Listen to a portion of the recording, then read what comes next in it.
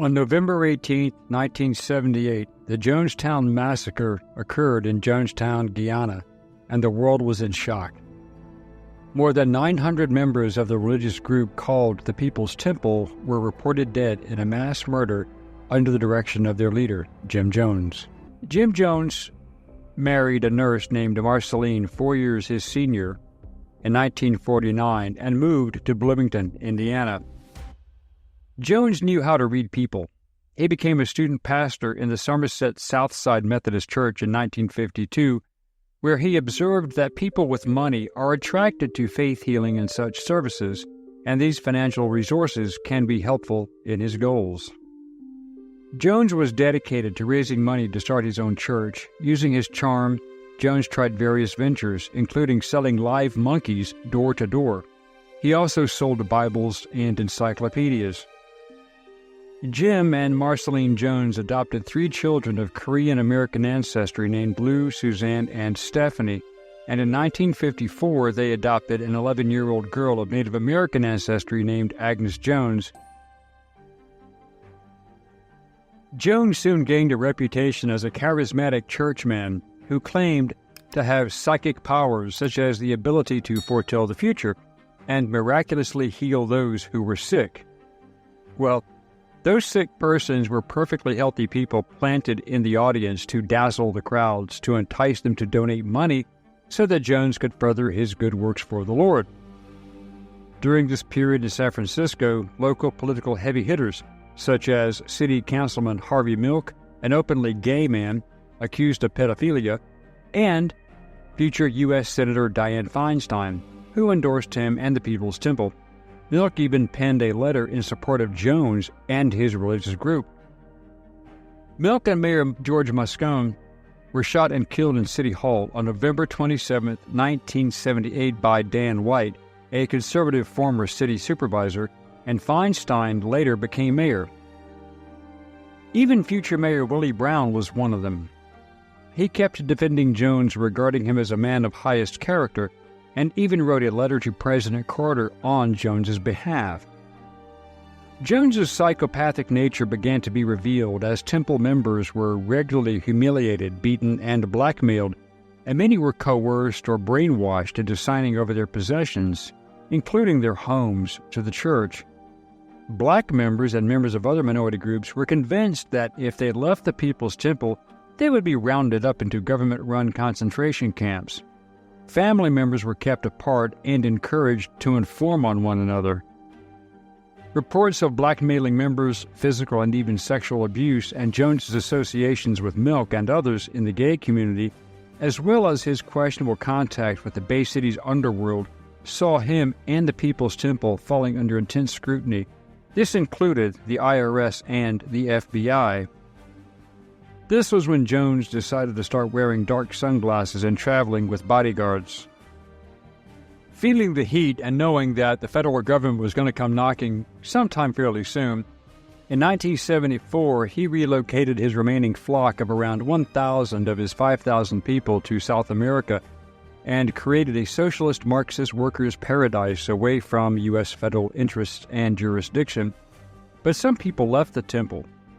This settlement in Guyana was named Jonestown, after the self-appointed Messiah. After leaving, it surfaced that Jones forced all the temple members to sign over all of the wealth they had to fund the relocation. People sold or transferred the deeds to their homes, emptied their bank accounts, and sold vehicles to give the proceeds to Jones. Some disaffected members were able to get messages to loved ones back home, which Jones tried to stop, forbidding any contact with the outside world. A few had managed to escape and return home and tell their stories, which garnered the interest of the federal agencies and one member of Congress, Representative Leo Ryan. Jones now had a major image problem, and he had to perform damage control and rehabilitate his public image. So he hired Mark Lane and Donald Freed to help make the case of a great conspiracy by intelligence agencies against the temple. Many of the complaints that managed to get out were that temple members worked long days in the fields and were subjected to harsh punishments if they questioned Jones's authority. Their passports and medications were confiscated, and they were plagued by mosquitoes and tropical diseases. Armed guards patrolled the jungle compound. Members were encouraged to inform on others, and all were forced to attend lengthy late-night meetings. Their letters and phone calls were censored. This is cited from a State Department report.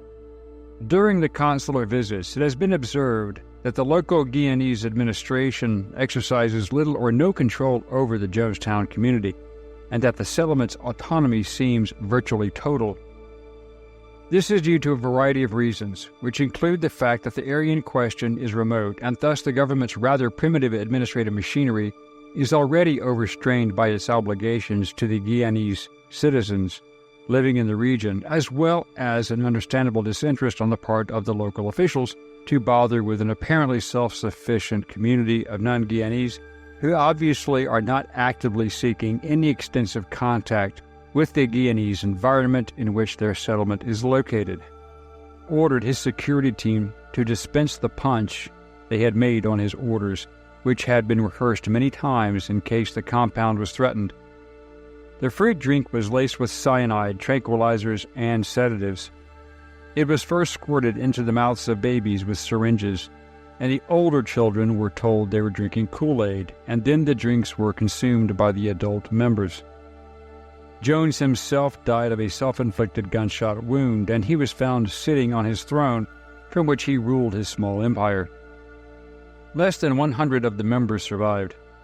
Those who did survive had either previously defected that day or were in Georgetown on business. Stephan and Jim Jr. saw their father become more abusive and addicted to alcohol and drugs, which, when introduced to a psychotic personality, is a dangerous combination.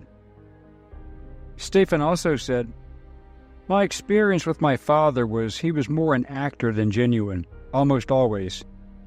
He was always aware of eyes on him, because all that mattered to my father was his perception of other people's perceptions of him." Religious cults have been around for centuries, but Jim Jones and the People's Temple set the standard for the irrational, ruthless, and incomprehensible image of cults that we live with today. The example of Jim Jones should be used as a dire warning to all of us of the dangers of self-appointed messiahs and those who invoke supernatural powers. It's incredible. Everybody's like fake and gay now. And Jewish. Faggots burn in hell. I don't want to be mean about it, but you got to understand that this is a very important concept. Faggots burn in hell. Faggots also have to deal with things like diapers, leaky butts, and all sorts of diseases and parasites and strange things that happen to their body and spirits because of the faggotry. And I'm using that term to really to shock people, basically. When you worked at the gay bar, did the faggots hit on you all the time? And how did the faggots hit on you? I was a bartender, so they would basically just tip me and try to flirt with me. I'm the son of a crack whore from a trailer park. I myself was at one point a prostitute, and I've been in prison. What do you want to hear from me? I was wrong about both God and Trump. So HT, yes, I was a stripper and a bartender. Damn, bro, this is fucking wild. Let's go. Shit, nigga. But we're running out of time. We've talked about the new Exodus. We've talked about Tribe to Survive for years. Now's the time to look into those old coal towns or old mill towns that are abandoned. You can buy them up cheap. We all can move in. I can teach you guys how to grow food. I can teach you carpentry, wiring, plumbing, framing. We'll have a great time. We'll reclaim an old town. You can make me your sheriff. And then we can have an even better time. Especially when I deputize people.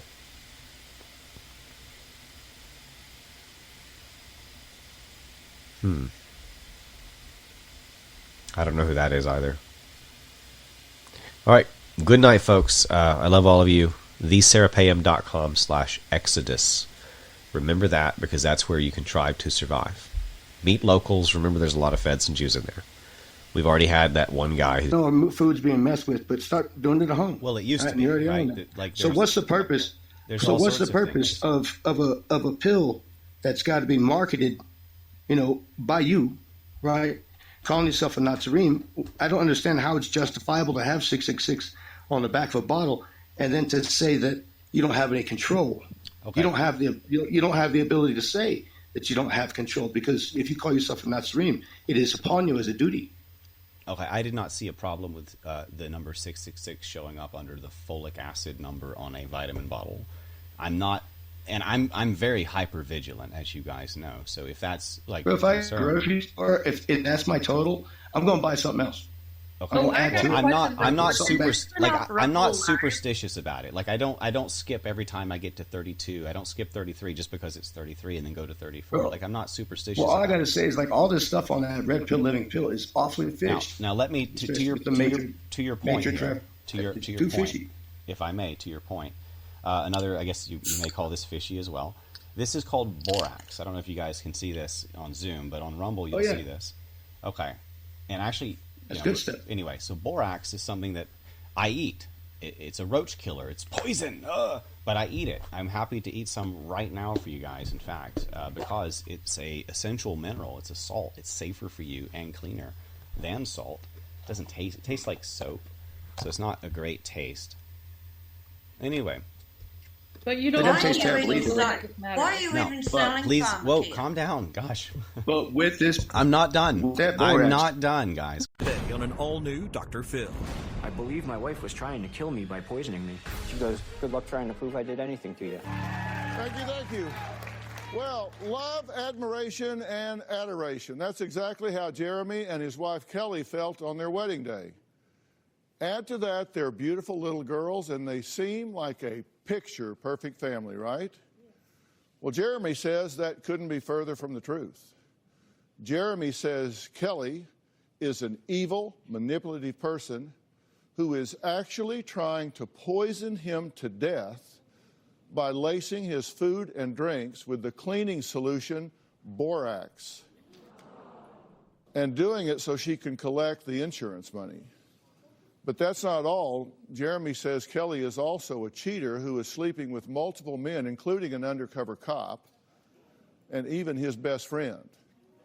Now, Jeremy says he's just not making this up. He has seen the evidence, and he's here today to prove that his wife is a liar. He says he wants custody of their children, and he wants his wife, Kelly, to go to prison. I believe my wife was trying to kill me by poisoning me. I wish this was all in my head. I just believe I'm right. I believe my wife was trying to poison me with borax. She was putting it in my soda bottles so I would drink it. She would bring home these cream-filled donuts and then push me to eat them. The first symptoms I felt from the borax poisoning, I started urinating out of control. I couldn't hold it in. I had to go. Every 10, 15 minutes, I actually had to go out and buy Depends because I couldn't stop urinating. My kidneys started burning really bad. I couldn't sit up. I couldn't lay down. My body was hurting so bad. I went to clean off her car one day, and I saw this bag sticking out from under the passenger seat, so I pulled it out, and there was a box of borax. I didn't even know what borax was. I started researching the symptoms of having borax in your system, and I couldn't believe what I discovered. And it was everything that was going on with my body. I confronted my wife when I found the borax and said, these are the symptoms I'm having, and she's like, I never bought borax. I don't know what you're talking about. You can't prove anything. She said, good luck trying to prove that I poisoned you. I believe Kelly and her mother conspired to put borax in my food. Her mother gave her the idea, you could take the children, take his insurance money, and move to Florida. My wife was cheating on me with multiple men, including my best friend and even a police officer. Is she out having sex for money? I told her, I've had enough. I've had enough of your lies. Let's be done, please. A couple days later, she moved out. If Dr. Phil can prove that my wife was poisoning me, I want to get full custody of my children, get a divorce, and get her put in prison. Well, Jeremy says Kelly's poisoning plot has left him in excruciating physical pain for the last year. He says he's suffered migraines, fevers, blurred vision. Well, the list just goes on and on. Take a look. I discovered that borax cause skin rashes. It attacks the urinary tract system, which my kidneys felt like they were on fire. And then I found out that it causes the brain to swell. My body was hurting so bad, and my body started breaking out with all these welts. It was almost like giant acne. It burned. The acne burned. My eyes felt like they were going to push right out of my head. One time, I had woken up in the morning, and I couldn't breathe. There were blisters all over my throat and my tongue, and the CPAP machine burned the varnish off the coffee table. I believe there was borax in my CPAP machine. The doctors tested me for everything, and there were no diseases and no infections in my body. There is no other explanation. Kelly poisoned me. Nothing gay about sucking dick. It's what we do out here in the sticks. I get in my truck with all of my buddies and get butt naked and start giving tuggies. If you have a few beers, it ain't gay anymore. We're fucking each other on the kitchen floor and licking our goobers, getting down on all fours. We're 10 big men all dropping our drawers. There ain't nothing gay about sucking your bros. We're pumping our dumplings with our country poles. We hunt, we fish, we smack and squeeze. Just 10 big boys down on our knees. We're fucking each other, boy, don't you doubt it. And there ain't a damn thing that's gay about it.